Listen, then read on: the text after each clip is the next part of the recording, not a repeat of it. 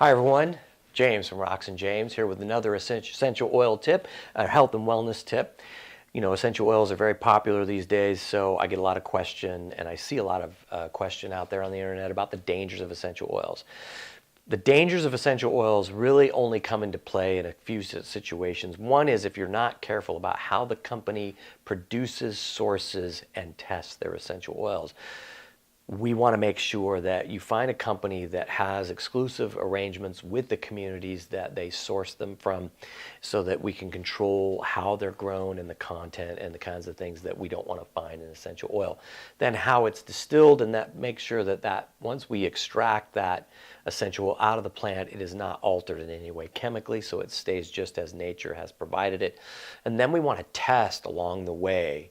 We test at the site that it's extracted from, then we test at third party as it's in transportation, then we test at the organization or the company that is producing it. So we get all these different testing places, and we have a battery of tests, not just 2 or 3, that we look for to make sure that it's going to be clean, pure, therapeutic, efficacious, grade type oil.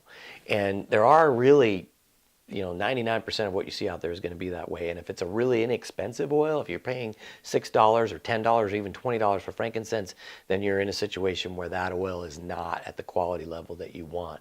So once you get a high quality essential oil and you've looked at how they source it and whether or not there's any synthetic situations with it, and make sure they've third-party tested it, and all these factors there that we want to see, now you've eliminated like 98% of all the dangers that can occur with an essential oil. We want to be able to use the essential oils not only aromatically and topically, but we want to use them internally. And most, like I said, 99% of what's out there you can't use internally, or it's not safe to, and I don't recommend it. And I've been using essential oils for like 10 years, very heavily in many different ways and capacities, and I love what you can do with them once you know it's a safe and certified, that it's therapeutic grade level essential oil. So once we get to that point, the only thing we want to remember is we have soft tissues. We've got eyes, we've got nose, we've got ears that are kind of the soft tissue areas that might have a little more sensitivity to the powerful effects of essential oils. And again, what you want to have is a carrier oil with that essential, to help with that situation.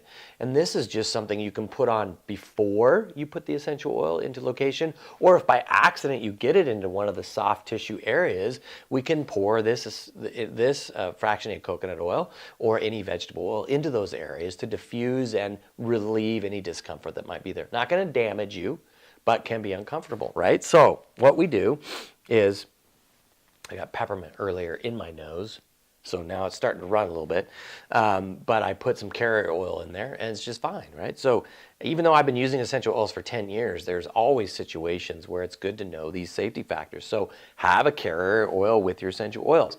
Some of the other things you might want to remember is citrus oils are fantastic oils. They're great for uplifting mood, and they smell great. They can be disinfective, all kinds of great qualities that we could get into. Whole nother video for that on citrus oils.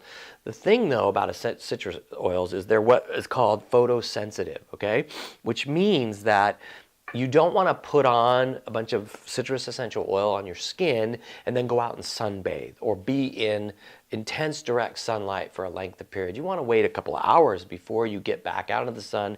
The skin has a chance to absorb those because of, I think that's what they call the curcumins or something like that are in the citrus essential oils. Don't quote me on that word. I'm not good one for big words, but I do know a lot about how essential oils can affect because of my 10 years of experience, and I've just seen people have, it has a tendency to create a magnifying glass effect, kind of as if the sun becomes more intense in that area where those oils are, and can intensify like a sunburn that can be pretty serious.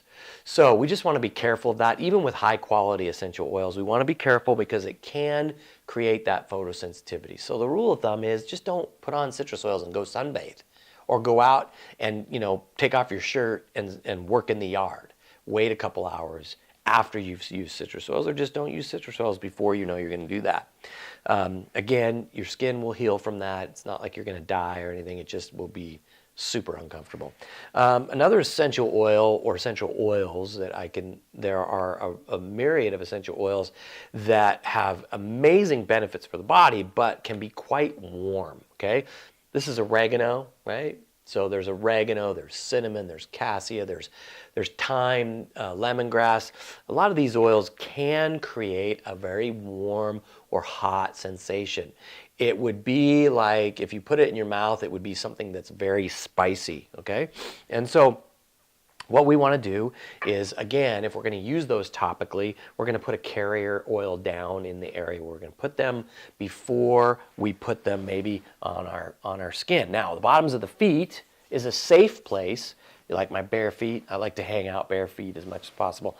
The bottoms of the feet can be a great place to put any of the hot oils without a carrier oil, and a safe place, right? So we've got carrier oils to use when we use hot or warm essential oils that have great effect for the body, but can be a little bit hot to the skin or spicy in the mouth. So you just want to remember those things. The dangers are eliminated if we use a high quality essential oil, and recognize that not all essential oils are equal, and that we need to make sure the company's doing certain kinds of testing and sourcing practices to eliminate any dangers. Then all we have to worry about is soft tissues, photosensitivity, and whether or not the oil is hot. And there you have it. The only other thing I might suggest is, if you've lived a life that maybe has had it for a period of time full of medications, or that you've maybe had a period of heavy smoking or heavy drinking or drug use, which, everybody's journey is different. Those things can be a part of your journey, or might currently be a part of your journey. Essential oils can be supportive in helping to stimulate the body to cleanse and get rid of some of these toxins. So again, less is more. Small amounts consistently, frequently are best, and to make sure you hydrate quite a bit when using essential oils, because they can be cleansing and bring some of these things that might be locked in different tissues in the body to the surface, and cause what you might think is an effect from the essential oil, and it's not. It's really the essential oil is helping to get the body to release those things. So we want to slow that process down in small amounts, frequently or consistently over time, not large amounts. Okay, lots of stuff there, lots of points about the dangers and how to use essential oils. Hope that helps. We'll be talking to you later.